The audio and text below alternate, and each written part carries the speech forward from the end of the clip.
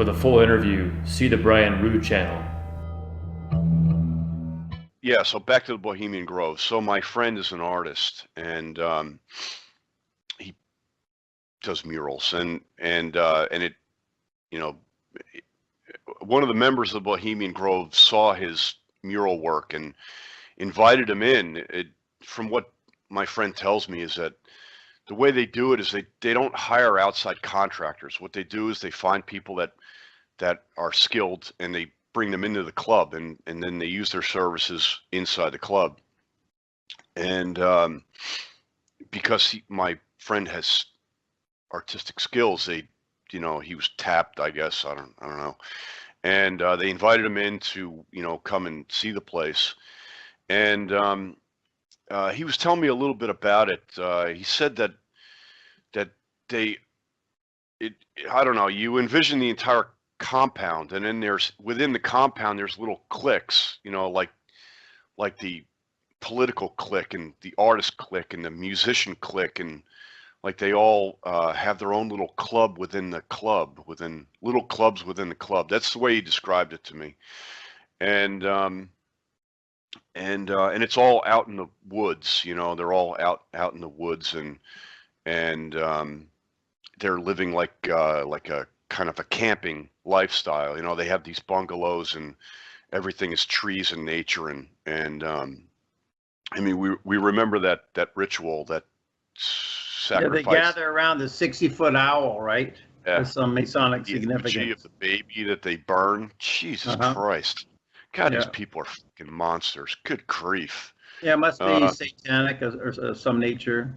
So anyway, he's eating dinner, and the guy next to him is a Rockefeller, and it's nice to meet you. And the way he described it to me at the time, he wasn't awake at all. He really didn't understand any of this stuff, and it just happened to be, some guy named Rockefeller. He didn't really, he was aware that these people were millionaires or billionaires or something, but that was, the end of it. Like he didn't, he wasn't aware of any Alex Jones sort of information. And so they eat dinner, and they chat it up, and then they retire to their bungalows, and they go to bed. And it just so happens that this Rockefeller is in his bungalow, right? And so he wakes up the next morning. He wakes up early in the morning, and he grabs his shave kit to go and, use the facilities. And he walks up, and the door is ajar, and he peeks in there to, You mean the bathroom door? The bathroom door, to see if anyone's in there, and he peeks in, and it happens to be this Rockefeller guy, So and he wouldn't give you the name of the Rockefeller. He knew, but he wouldn't give you the name. Yeah, I think it's either he didn't remember the name, or he just didn't want to give it to me. This story really scares him, and I'll tell you in a minute how much it scares him. Okay. Well, I'll just tell you right now. I mean, he left the country. That's how much it scared him. He just left the friggin' country, and he doesn't want his name associated with this. He didn't. I told him a couple times. Dave, you got to, tell people about this. I mean, and he's like, no, I'm not telling anyone about this. I've got a family, and so he peeks in, and it's that Rockefeller that he was sitting next to at dinner, and the dude looks up at him, and before he could get, hey, sorry for interrupting, this dude shapeshifts right in front of him. All right, and I said, now, Dave, slow down. Right, tell me exactly in painful detail what this thing was. Right, and he says it was larger than human, and it was all white, and it had teeth, and it had a tail. And I said, whoa, what did you do?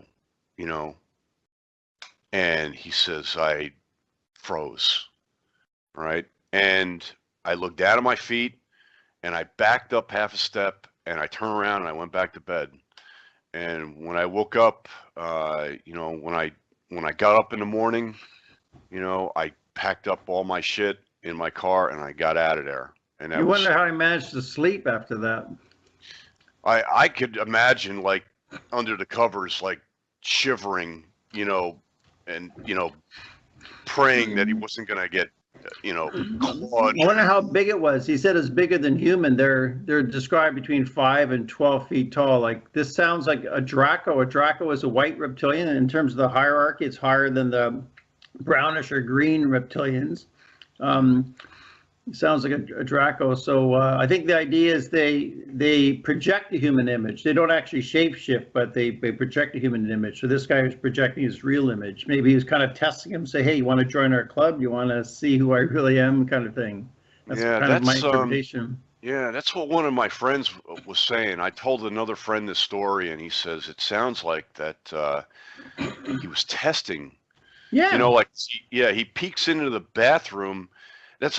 When I first was telling the story, I told it wrong, right? I was telling it. I told the story where my friend peeks in, and it was a lizard already, right? And so when I recanted my telling of the story back to Dave, he says, "No, that's not the way it happened." So first the is way it happened Rockefeller. was I peeked in, and it was this dude who was next to me. It was this Rockefeller guy, and he said he looked at me, and then he shifted, right? Wow. And, almost like he was like testing, like you just said, like he was testing him, like. Yeah, because they brought him into Bohemian Grove. That would sound like a progression kind of test to bring people in to see how they do and do they want to join or not. And he's being they didn't need to initiated. kill him. They didn't have to kill him just because he left, Yeah. Who's going to believe him anyways? Who's going to believe that friggin' story? This is like They Live, I mean. Yeah, that's how they live. Believed Rowdy Roddy Piper, Yeah. Did he describe his eyes? Did his eyes shape-shift? Yeah. Did he describe the eyes changing? Like did the eyes turn to vertical slits? Did he say anything about that? Yeah, he didn't say anything about it. The one question one of my friends had was, did the clothes change?